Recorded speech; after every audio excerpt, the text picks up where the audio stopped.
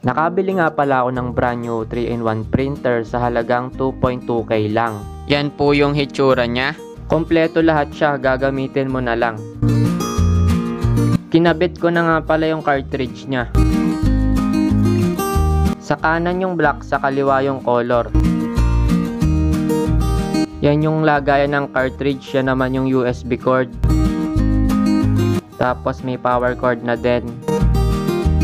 Yan, may guide na rin siya. Yan, may CD na din, poster. Tapos manual ulit. Yan. Yan yung laman ng box.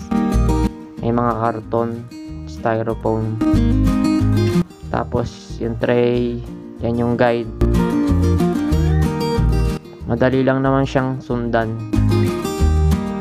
Yan naman yung Xerox. Short tsaka A4 yung kasya sa pagkakaalam ko. Hindi kasya yung long dyan.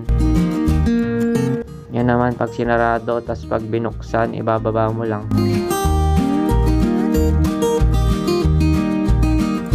Yan, ganyan pag sarado, tas yan yung tray nya, hihilahin mo lang palabas.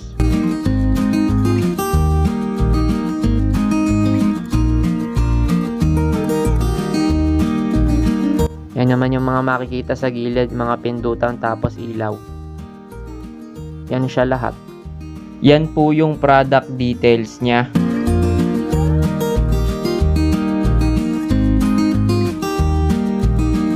Sa may balak bumili, nasa description yung product link. Kung gusto nyo po ng mga video katulad nito, huwag nyo po sanang kalimutang mag-video sa like at mag-channel to my subscribe. Bye-bye!